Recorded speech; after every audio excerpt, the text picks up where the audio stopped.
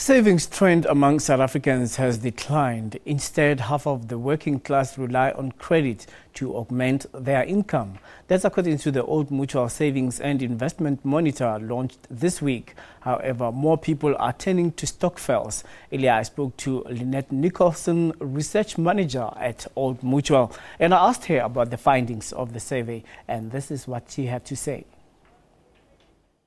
The attitudes of people and their confidence in managing their finances and their confidence in or just satisfaction with their financial situation has declined. So we're seeing a downturn there, which is rather disappointing. But given the economic situation, given how people what's happening in the economy, I don't think that's unexpected. What we have found are a nice few interesting facts. The one is that more so than ever, parents are saving less for their children's education, which is obviously not great. And I think it's also just a sign of the times that people have to save, and larger proportions of income are going into consumption expenditure every month. So that's a loser this year round. We find that most of the time people's disposable income is already committed to debt. They pay for the bonds, they pay for their cars, and they have to pay other installments that they have opened, the accounts they have with stores. Then how do we expect them to save when they are already highly indebted? The signs that we see from our survey are that households are under a lot of financial pressure, and they're really trying to make do with what they have. I think things will have to change, somewhat.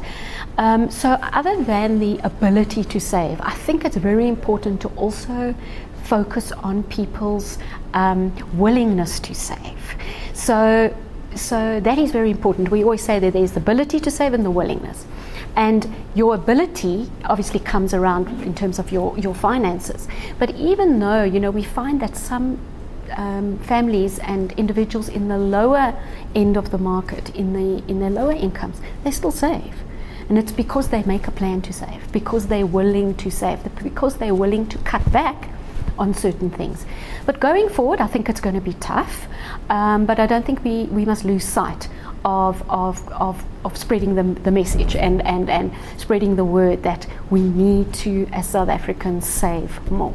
Most people put some money away so that when they retire, they get to live off it, but that you find that it's not enough.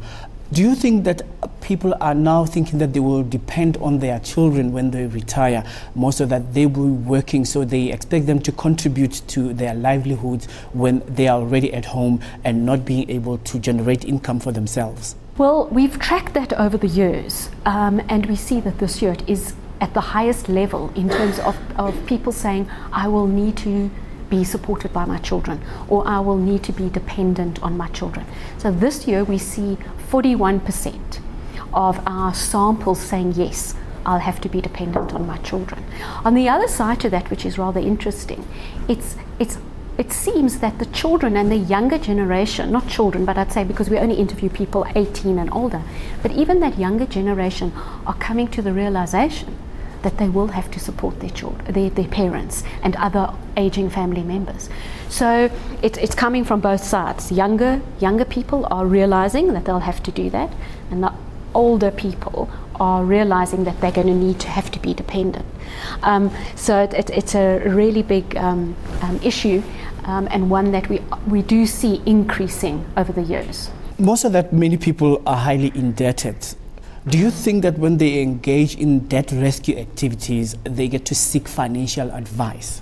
When we ask people about financial advice, especially as the economy, as the state of the economy seems to be, or people's state of their finances seems to be deteriorating, if I can put it like that, people are less inclined to look for advice.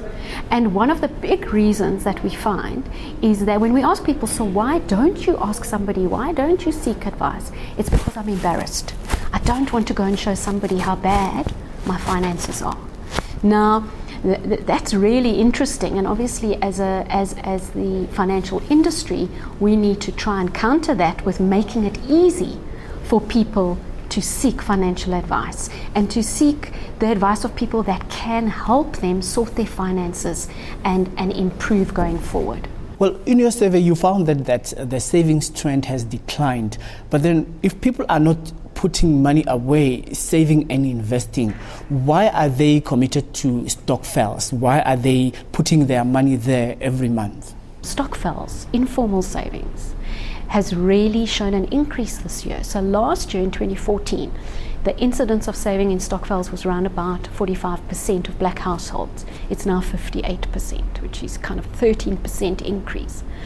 And we really went in depth and asked people why. Why do you save in stokvels? And why do you save in more than one stokvel? And really the resounding answer to that is kind of threefold. The one is, it forces me to save, and if I didn't go and join my friends or my peers or my work colleagues, I wouldn't be forced to save, so I kind of probably wouldn't have happened. The other one is around the ease of doing it. It's very easy to save in a stokvel.